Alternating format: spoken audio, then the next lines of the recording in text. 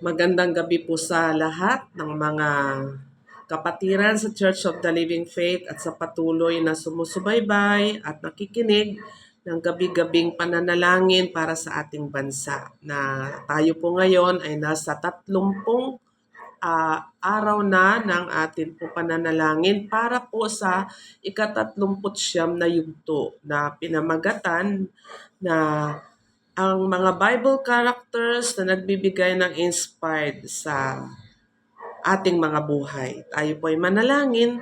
Father God, salamat po ng maraming marami sapagkat Lord, ang patuloy na ganito pong pagbahagi ng iyong mga salita ay tunay na isang pribilehiyo, isa pong opportunity sa amin, Panginoon, na hindi lamang po para ikalat ang iyong mga salita, kundi para makapagbigay din po ng paalaala at kalakasan sa mga nakikinig. At nawa nga po, Lord, ay patuloy na gamitin mo po ang gawaing ito ng Church of the Living Faith. Lalo na po, Panginoon, sa mga nakikinig at nanonood na nagnanais na makapagbigay, magkaroon ng inspirasyon mula sa iyong mga salita. Patuloy, Lord, na ang gabing ito ay isang gabi na patuloy na bukas ang langit, ang iyong altar upang patuloy na hindi lamang maging kaluguran ang pagbahagi ng iyong mga salita, kundi maging kaluguran mo, Panginoon, na kami po ay sama-samang nananalangin. Hindi lamang para sa aming sarili, kundi para sa aming bansa, gayon din po sa mga prayer request na hihilingin ng aming mga kapatiran. Salamat po. Bless your word, I pray in Jesus' name. Amen. So marami ang ating mga narinig na mga Bible characters na masasabi ko na lahat ng kanilang binahagi ay naging inspirasyon ko talaga sa buhay ko. Si David, si Esther, si Daniel, si Bartimeo, si Pablo, so marami pang iba. Pero tonight, gusto kong ibahagi na marami since na-share na naman ng mga ibang kapatid, so gusto ko lang dagdagan na ito pong taong ito ay nakakatuwa yung ginawa ng Panginoon sa kanyang buhay na hindi dahil mas mainam o mas matuwid o mas nakakalugod sila sa Panginoon o dahil mas mabuti sila kumpara sa kanilang mga kalahi, kundi mas inibig ng Diyos, mas pinili ng Panginoon sapagkat ito yung nais niya. Ito yung puso ng Diyos na dahil sa kanyang kamanghamanghang taglay at kapangyarihang kataas-taasang Diyos, walang sino mang maaring dumikta sa kanyang nais gawin. Kundi kung ano yung ninanais niya, ayon sa kanyang biyaya at habag, ay kanyang ginagawa. At ang sinasabi ko po ay patungkol po sa buhay ni Levi. Ang Levi po ay pinanggalingan ng mga Levita. So alam po natin sa Bible na ang mga Levites, sila po ang pinagkatiwalaan when it comes sa gawain ng relihiyon. Katulad po ng panahon ng mga Israelita, na sila po yung sa kanila talaga nagmula yung pagiging saserdote. Sa kanila yung nagmula yung nangangalaga sa templo, yung mga tumutugtog sa templo, yung nagbabantay sa templo, yung nangangalaga sa templo, sila po yun. At hindi ito dahil sa kagustuhan nila, kundi ito ay dahil sa kagustuhan ng Diyos. Katulad ng basa natin nga po sa Aklat ng Bilang, dito po sa chapter 3, verse 11-14, at ito po yung ating mababasa dito. Na ang sabi ng Panginoon ay, ibinukod ko ang mga Levita para sa akin. Kaya ibukod mo ang lahat ng mga lalaking panganay sa lahi ni Levi dahil lahat ng mga panganay na lalaki ay akin. Sila ay ibinukod ko para sa akin. Ang sarap po pakinggan nun, di po ba? Diba? Na hiningi, hindi mo inasahan, hindi mo pinangarap. Though walang nakalagay dito kung pinangarap ito ni na Levi. Pero yung bang marinig mo mula sa Diyos na banal at kataas-taasan ay isa pong napaka-great honor, di po ba? Dito nga lang sa literal na buhay natin, no, pagka-presidente ang nakumakausap sa atin o mayor o sa company, di ba? Yung mga CEO at sinabing na-promote tayo, yung mga kilalang tao o kahit sa trabaho, sa simpleng trabaho lang natin. Kapag nagkaroon tayo ng promotion, di ba po nagagalak tayo? Proud tayo sa sarili natin. Kasi napili tayo. Pero, di po ba, lalo na kapag itong Diyos na ito ang nagsabi na binukod ko sila para sa akin. At napakasarap po na para sa akin, ito yung gustong-gusto ko na marinig mula sa Panginoon. Yung sasabihin ng Panginoon na pinili kita bilang kapalit ng mga panganay na lalaki. Kaya ikaw ay para sa akin. Yan ang sinabi niya sinabi niya kay Moises about sa Levita. Sabi niya, 'di ba, sa verse 11 ng chapter 3 ng Bilang, akin ang lahat ng panganay ng mga Levita sapagkat lipulin ko ang lahat ng panganay ng Ehipto. Ibinukod ko para sa akin ang lahat ng panganay, maging tao o hayop. Kaya sila ay akin, akong si Yahweh. Sa verse 14, sinabi pa ni Yahweh kay Moises sa ilang ng Sinai. So, ang kausap ng Panginoon, si Moises, ang tinutukoy niya na sa kanya lahat ng panganay, ito yung lahat ng panganay ng Levita. At yung sinasabi niya na sila ay para sa akin, ito yung mga Levita. Dito sa verse 41, sabi niya, ibubukod mo ang mga Levita para sa akin. Diba? Ang ganda, di ba? No, tapos sa verse 45, sabi niya pa, ay, ano po sabi dito sa verse 45? Sabi niya, sinabi ni Yahweh kay Moises, ilaan mo sa akin ang mga Levita. Di po ba? So, para sa akin, masarap pakinggan na napakapalad ng mga Levita dahil ang tumawag sa kanila hindi ordinaryong tao, hindi lang yung kung sino, kundi yung Diyos na nagmamay-ari ng sanlibutan, ang Diyos na nagmamay-ari ng lahat, kataas-taasan. Kaya naalala kong verse ng John chapter 15 verse 16 na ang sabi, hindi kayo ang pumili sa akin, kundi ako, ang sabi ni Jesus. Ako ang pumili sa inyo.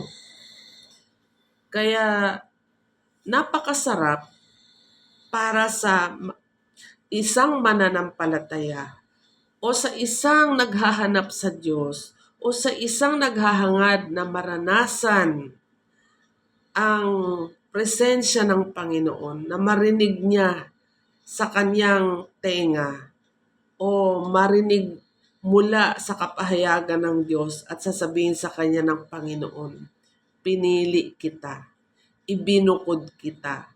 At sabi nga po sa Aklat ng Bilang sa chapter 25 verse 13 na hindi lang yung pagkapili ng pagiging priesthood ang pangako ng Panginoon, kundi ang pagiging priesthood nila is eternal. Panghabang panahon. Sipin mo yung buong angkan mo. Diba? Nabukod tangi kayo among the 12 tribes kasi 12 tribo po sila, di po ba? At si Levi ay pangatlong anak ni Jacob kay Leah. So ilan silang tribo? Ilan silang magkapatid? Pero pwede niyang piliin yung iba, na ibang kapatid. Pero bakit si Levi? 'Di ba ang sarap po nun? Na among many people in this world, among many people in in your neighborhood, ay bukod tangi na ikaw ay talagang nakatalaga sa Panginoon.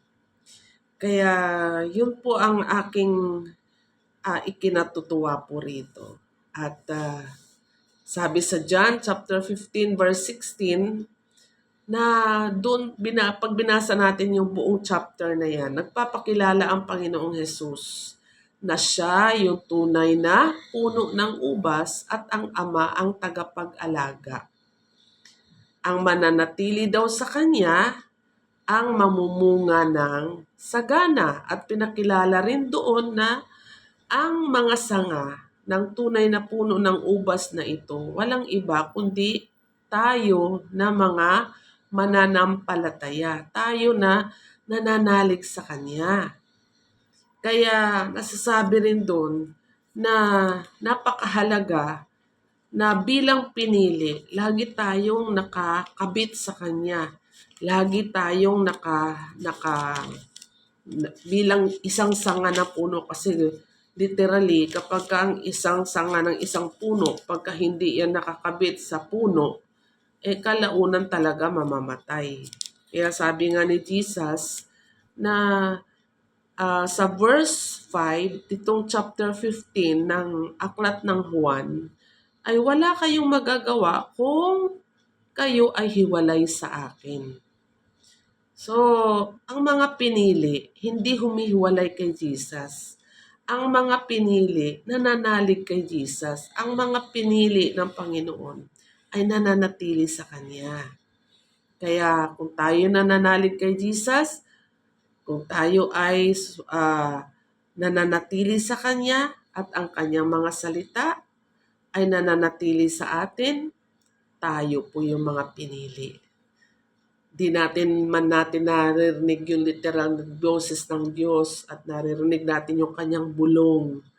Pinili kita, ikaw ay akin. Pero sabi sa Aklat ng Kawikaan, ang mapapanaligan natin, walang iba kundi ang salita ng Diyos. Ano ba ang sinasabi ng salita ng Diyos? Ang sinasabi ng salita ng Diyos, hindi tayo ang pumili sa Kanya, kundi Siya ang pumili sa atin. At sino itong pinili niya? Lahat ng nananalig sa Kanya at nananatili sa Kanya sa pamamagitan ng pananampalataya. Kaya kapatid, huwag kang bumitaw sa Panginoon dahil Siya ang tunay na puno ng ubas. At ang Ama ang tagapag-alaga. Sabi na sa John chapter 15 verse 1. So kung ang Ama ang tagapangalaga, hanggat nakakabit, hanggat nananatili tayo kay Jesus na siyang tunay na sanga, so katulad ng pangako sa mga Levita na ang kanilang pagiging priesthood ay eternal. Yung paglilingkod nila sa Panginoon ay habang buhay. Yung gagamitin sila ng Panginoon para maging kanyang lahing pinili, ibinukod, ay yung pagkakapili sa atin ay patuloy nating panghawakan. Yung pangako ng Panginoon, ang lahat ng nananatili sa Kanya, ang lahat ng umiibig sa Kanya at patuloy na nananalig. Hingiin daw natin kung anong ating maibigan at ipagkakaloob niya sa atin. Basahin po natin yung chapter 14, chapter 15, yung aklat po ng Juan. Napakaganda ang mga salita ng Panginoon. Kaya ikaw, ako, kung sumasampalataya kay Jesus, inalaw ni Lord na manalig ka, dahil sa kanyang habag, dahil sa kanyang kabutihan, sa kanyang biyaya. Hindi dahil mas higit ka sa iba, hindi dahil mas banal ka kaysa sa iba, hindi dahil mas mabuti ka kumpara sa iba, kundi ito ay ginusto ng Diyos na piliin ka at ibukod ka para sa Kanya upang maparangalan mo ang Kanyang pangalan, upang matanyag ang pangalan ng Diyos sa pamamagitan ko at sa pamamagitan mo. Kaya it is the privilege para paglingkuran ang Diyos na buhay. Dahil ito ang lahat ng Kanyang plano at layunin kung bakit tayo nilalang. Purihin po ang Panginoon. Tayo po'y manalangin. Abba Father, thank you so much. Salamat Panginoon. Sapagkat Lord, tunay o God na napakapalad ng sinuman na pinili mo at ibinukod. Ginagawa mo ito, Panginoon, ay depende sa kung ano ang nais namin, ang desire namin. Nasabi mo nga po sa aklat ng pahayag na ikaw, Panginoon, ikaw, Panginoon, ay nakatayo sa aming harapan at kayo ay kumakatok sa aming mga puso.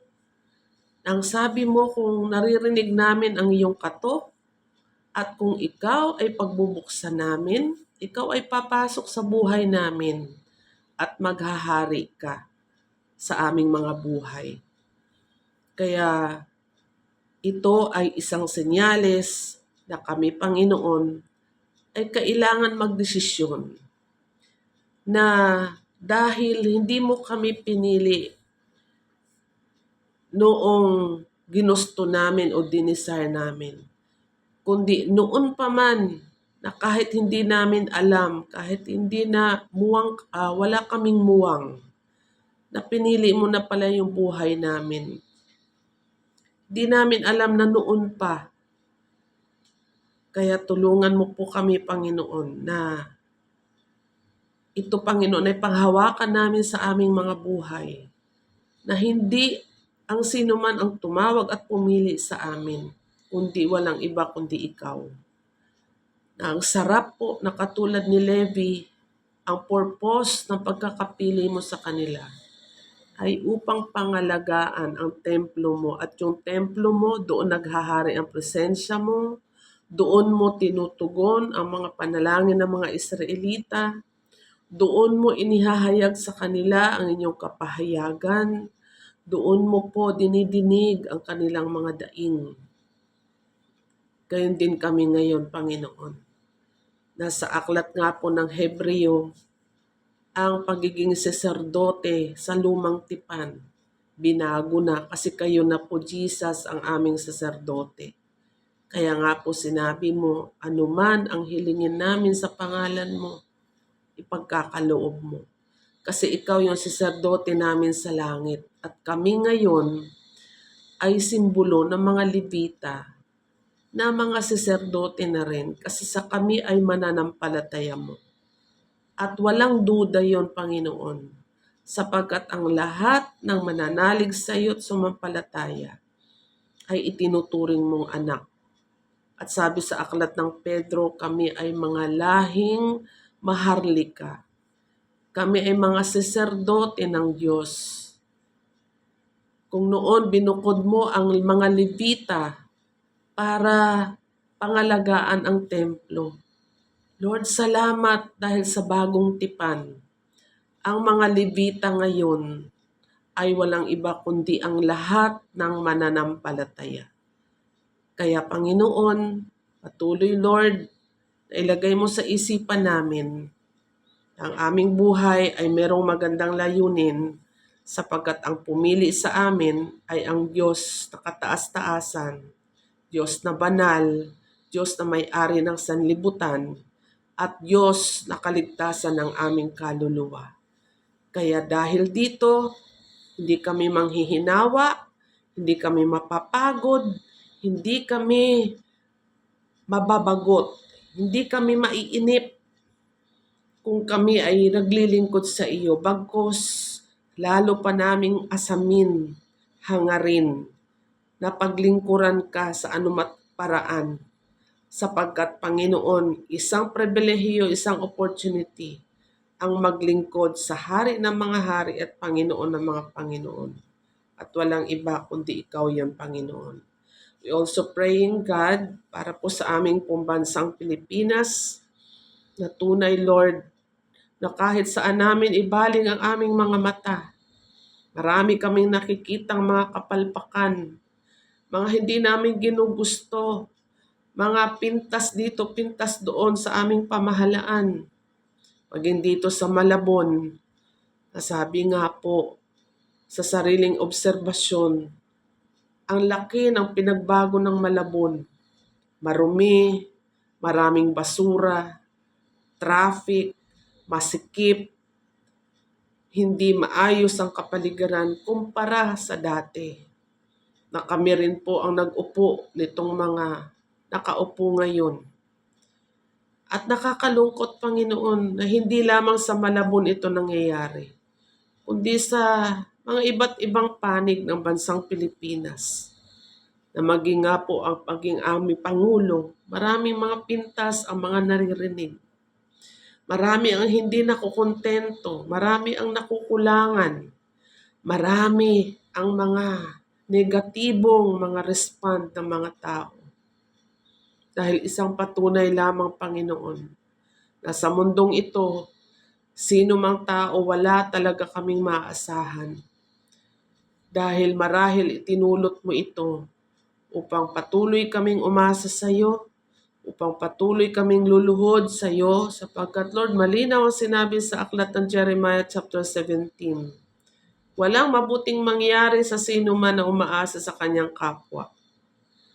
Sa halip, ang lahat ng umaasa sa iyo ay mapalad at inyong pagpapalain. Panginoon, tinataas namin sa iyong bansang Pilipinas. Nagkukulang man ang aming Pangulo at aming pamahalaan sa kanilang gagawin at sa aming paningin, tila walang pag-asa. Subalit Lord, naniniwala kami na kapag ikaw ay kikilos, may pag-asa ang bansang Pilipinas. Maraming salamat, Panginoon, at sa lahat, Lord, ng mga nagre-request ng kagalingan, kasama na po ang aking pamangkin na si Maris Baldonado Padasas, sa kanya pong pneumonia, sa kanya sakit sa baga. Lord, we declare, God, inaangkin po namin ang kagalingan at naangkin ko po, Panginoon, na dinidinig mo kanyang mga hibik nang sabi niya, gabi-gabi, araw-araw, wala siyang ibang binabanggit kundi ang pangalan mo. Lord, kahabagan mo siya, kaawaan mo siya. At sa lahat po na may karamdaman na nakikinig ngayon, Panginoon, kumilos ka sa kanyang buhay at maranasan ang kagalingan, sapagkat tanging kayo ang Diyos na pinagmumula ng kagalingan namin at walang iba. Maraming salamat, Lord. Patuloy mo po, O God, alalahanin ang bansang Pilipinas. Ganon din po ang mga sambahayan ng mga kapatiran sa Church of the Living Faith. Ganon din po ang mga iba man na nakikinig ngayon, tumatangkilik ng panalangin ito at patuloy na nakikinig, anuman ang kanyang pangangailangan, abutin niyo po. Maraming salamat po. Ito po ang aming dalangin na may pagpupuri, pasasalamat sa iyong pangalan. Sa pangalan ng Panginoong Jesus. Amen. So that's it, mga kapatid. Good night at good morning o good evening. Ano man po ito, pagpalain po kayo ng Panginoon. Pakishare lang po at huwag po natin kalimutan gabi-gabi, makinig po tayo para po sa ating daily devotion. God bless everyone.